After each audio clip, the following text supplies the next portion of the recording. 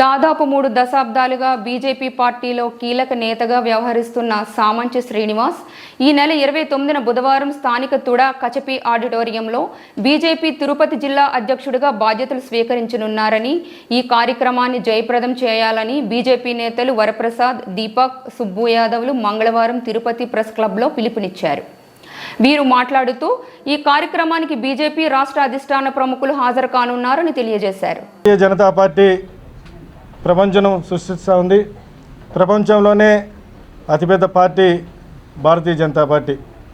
ఈరోజు ప్రీతం నేత నరేంద్ర మోడీ గారు 2014లో ప్రధానమంత్రి అయిన తర్వాత దేశవ్యాప్తంగా విప్లవాత్మక నిర్ణయాలు తీసుకొని దేశ అభివృద్ధిలో ప్రపంచంలోనే అగ్రగామి దేశం పెట్టినటువంటి వ్యక్తి నరేంద్ర మోడీ గారు.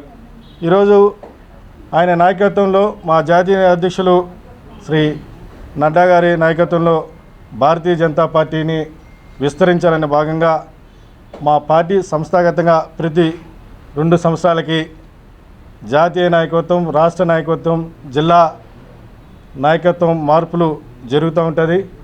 అందులో భాగంగా తిరుపతి జిల్లా అధ్యక్షులు శ్రీ సామంచి శ్రీనివాస్ గారు జిల్లా అధ్యక్షుడిగా నియమించడం జరిగింది. భారతీయ జనతా పార్టీలో కుల మతాలకు ప్రాధాన్యత ఉండదు, వారసత్వ రాజకీయాలకి అసలు ప్రాధాన్యత ఉండదు.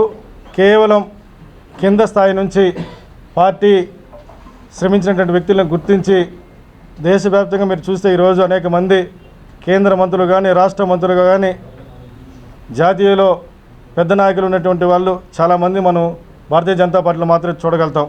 మీరు చూస్తే నిన్నటి వరకు వెంకయ్యనాయుడు గారు నెల్లూరులో ఒక గ్రామీణ ప్రాంతం నుంచి రాష్ట్ర అధ్యక్షులుగా, జాతీయ అధ్యక్షులుగా, కేంద్ర మంత్రిగా, ఉపరాష్ట్రపతి వారిగా ఉన్నటువంటి పరిస్థితులు వచ్చింది.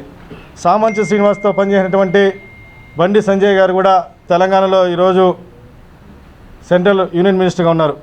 అలాగే మన రాష్ట్రంలో వస్తే శ్రీనివాస్ వర్మ బీజేపీ రాష్ట్ర కార్యదర్శి, భారతీయ జనతా పార్టీ సెంట్రల్ మినిస్టర్గా ఆయన్ని నియమించడం జరిగింది. అలాగే రాష్ట్ర మంత్రివర్గంలో కూడా వైద్య ఆరోగ్య శాఖ మంత్రి శ్రీ సత్యకుమార్ కూడా ఏవీపీ ఆర్ఎస్ఎస్ నుంచి కింద స్థాయి నుంచి ఈరోజు రాష్ట్ర మంత్రి స్థాయికి కూడా పోవడం అంటే అది కేవలం భారతీయ జనతా పార్టీలోనే జరుగుతుంది.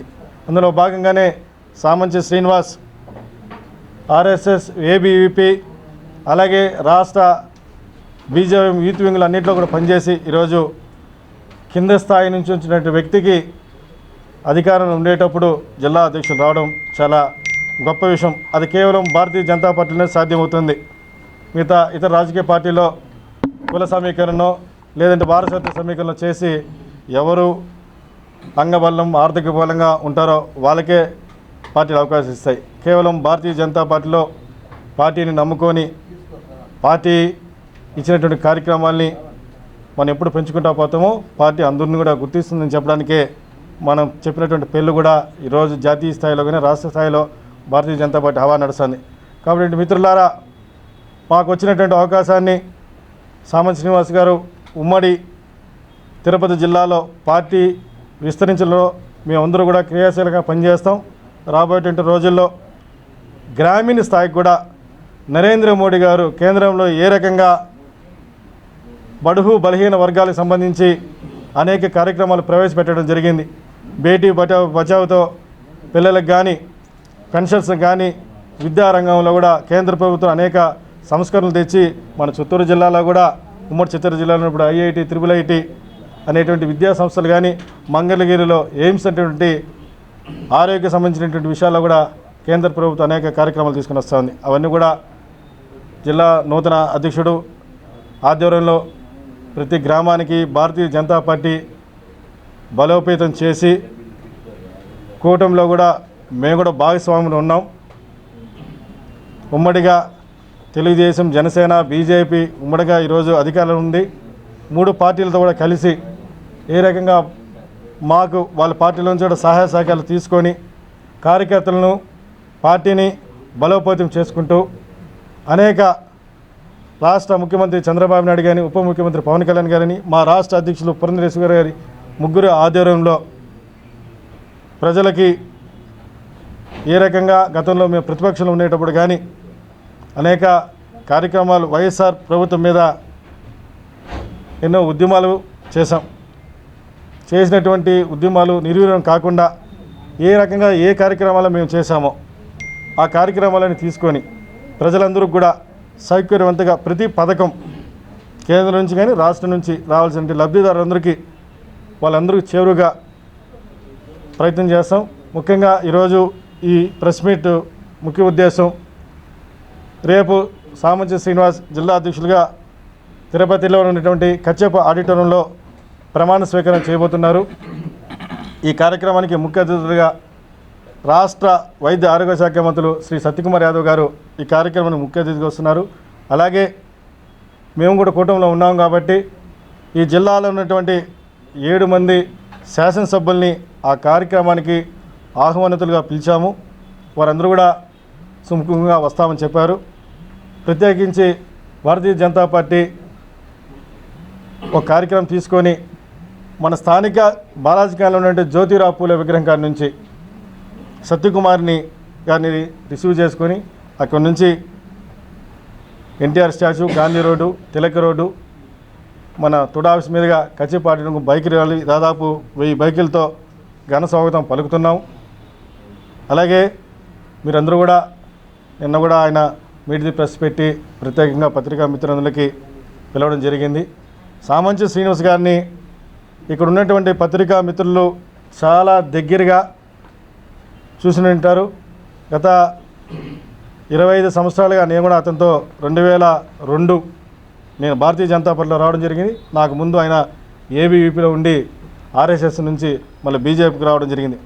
ఆనాటి నుంచి ఈనాటి వరకు అధికారం ఉన్నా లేకపోయినా ప్రజలు ఏ సమస్యలు వచ్చినా తిరుమల తిరుపతి దేవస్థానం మీద కానీ ప్రజా సమస్యల మీద కానీ గతంలో ఉన్నటువంటి వైసీపీ ప్రభుత్వం మీద కానీ అనేక కార్యక్రమాలు చేసి అనేక ఉద్యమాలు చేసి అనేక పర్యాలు ఆయనతో కూడా మేమందరూ జైలుకి వెళ్ళడం జరిగింది.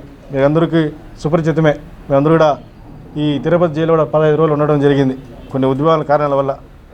గతంలో ఉన్నటువంటి బలమైన నాయకులు భారతీయ జనతా పార్టీని అనదొక్కాలని ప్రత్యేకించి మా 3-4 మీద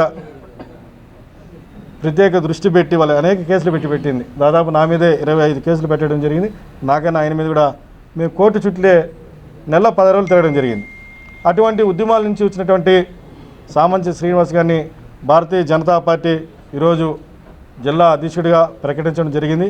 ఇదంతా ఆదర్శంగా తీసుకొని మేము కూడా పార్టీలో ఎప్పటికైనా గుర్తింపు ఉంటుందని చెప్పి నిరంతరం ఇక్కడ డబ్బు లేదు, హోదా లేదు, సామాజిక వర్గం లేదు, ఎవరు ఉద్యమాలు చేసి పార్టీ పరంగా పార్టీని బలోపేతం చేసే వాళ్ళనే పార్టీ ఎప్పటికైనా ఈరోజు కాకపోయినా రేపైనా గుర్తించి ఖచ్చితంగా వాళ్ళకి సముచిత స్థానం ఇస్తుంది.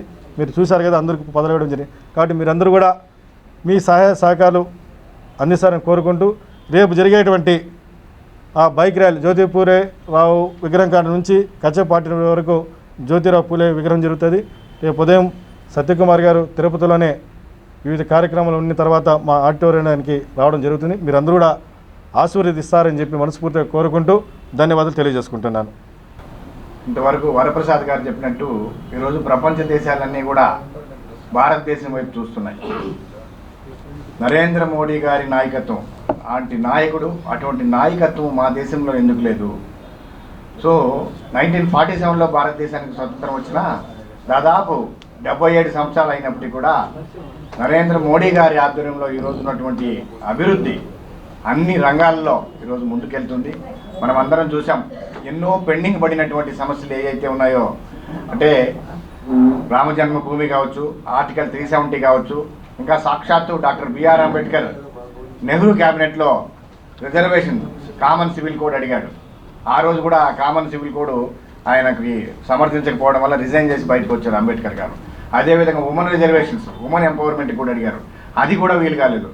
ఈ 77 ఏళ్ల తర్వాత ఈరోజు ఏదైతే అంబేద్కర్ గారు కోరుకున్నారో దాన్ని ఈరోజు మోడీ గారి ఆధ్వర్యంలో ఈరోజు సక్సెస్ఫుల్గా ఆయన రాజ్యాంగ సవరణ చేసినా ఈరోజు 33% ఉమెన్కి చట్టసభలో ఇవ్వడం అనేది నిజంగా ఇది ఎంత చెప్పినా కూడా తక్కువే.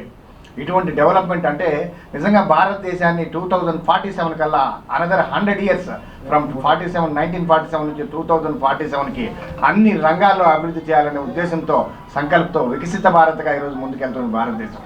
ఇటువంటి పరిస్థితుల్లో ఈరోజు అక్కడ నడ్డా గారు అయితేనేమి, అదేవిధంగా మేడం పురంధరేశ్వరి అయితేనేమి, ఇప్పుడు సామంతి శ్రీనివాస్ గారి రేపు ప్రమాణ స్వీకారం అయితేనేమి, సామంతి శ్రీనివాస్ గారి గురించి మీకు చెప్పాల్సిన ప్రత్యేకంగా అవసరం లేదు. ఆయన మంచి వక్త, మంచి మిత్రుడు, స్నేహశీలి. ఆయన ఆధ్వర్యంలో భారతీయ జనతా పార్టీ తిరుపతి జిల్లా పద్మావతమ్మ వెంకటేశ్వర స్వామి ఆశీర్వాదంతో దిగ్విజయంగా పార్టీ బలోపేతం అవుతుందని పూర్తిగా విశ్వసిస్తున్నాము. ఈ కార్యక్రమానికి మీరందరూ కూడా ఆశీర్వదించి మీరందరూ అటెండ్ కావాలని రేపు ఇందాక ప్రోగ్రామ్ షెడ్యూల్ చెప్పారు.